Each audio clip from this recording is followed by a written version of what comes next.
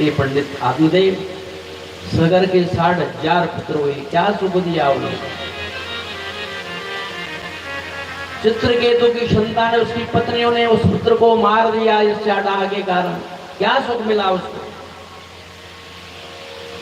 इसलिए विवेक का सहारा लो, ज्ञान का सहारा लो, संतान के लिए आग्रह है। मानो ब्राह्मण कहने लग गया आत्मदेव कि यति हे महात्मन, मुझे विवेक की आवश्यकता नहीं है, मुझे संतान की समय आवश्यकता। अगर आप कर सकते हो तो करो कुछ, नहीं तो मैं आपके सामने ही अपने प्राणों का परित्याग करता हूँ, अपने जीवन को आपके सामने ही नष्ट कर देता हूँ। ऐसा महानुभाव कहा।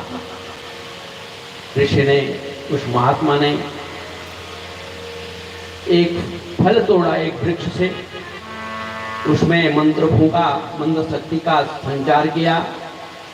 उसके आग्रह को देख करके कहा, हे ब्राह्मण देवता देख, ये दिव्य फल है, भगवान का प्रसाद है। इस फल को तू प्रातः काल कल को अपनी पत्नी को खिला देना। सत्य निष्ठा से तेरी पत्नी इसके फल को वो खा करके जो है नियम का पालन करेगी, सत्य बोलेगी, पवित्र रहेगी, जीवन पर दया करेगी, दान धर्म करेगी, सुंदर भोजन करेगी, तो तेरे उसके गर्भ से एक योग्य संतान के रूप में पुत्र रत्न की प्राप्ति तुझे अवश्य। खुश हो गया फल को लेकर के, जिससे कि चरणों में प्रणाम किया और उस फल को लेकर के अपने घर अपनी पत्नी धुंधली के पास पहुंच गया और सारी बात अपनी पत्नी से बताया।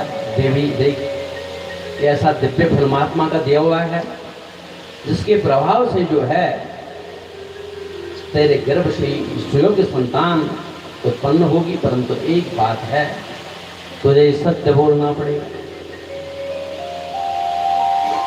तुझे पवित्र रहना पड़ेगा, दया धर्म को अपनाना पड़ेगा, अच्छे कर्म करने पड़ेंगे।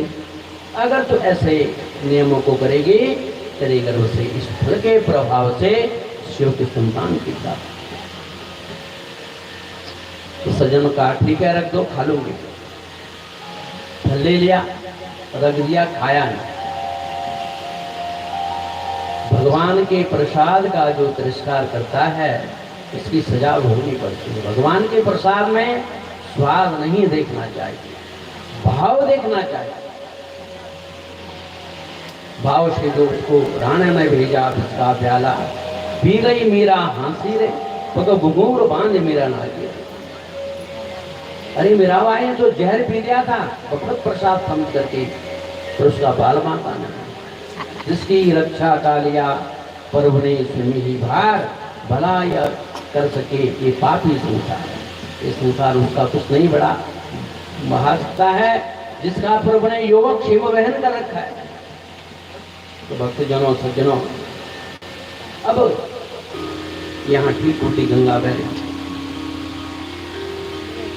हमेशा शास्त्रों का नियम है कि घर की गृह लक्ष्मियों को सूर्योदय से पहले ही उठना चाहिए, बड़े बुजुर्गों का आशीर्वाद लेना चाहिए। परंतु यहाँ उल्टी गंगा क्या है? कुचैलिनम मंतमलोपधारणम बहुवासिनम निष्ठुरभाषिणम च सूर्योदये चास्तमिते शयाने विमुञ्चति श्री यदि चक्रवाणी।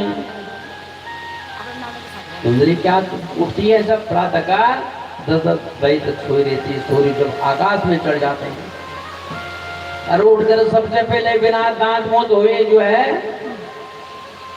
पहले पेट भरना खाना। तो इस प्रकार महानुभाव हमारी भारतीय नारियों के धर्म के विपरीत उसका आचरण है।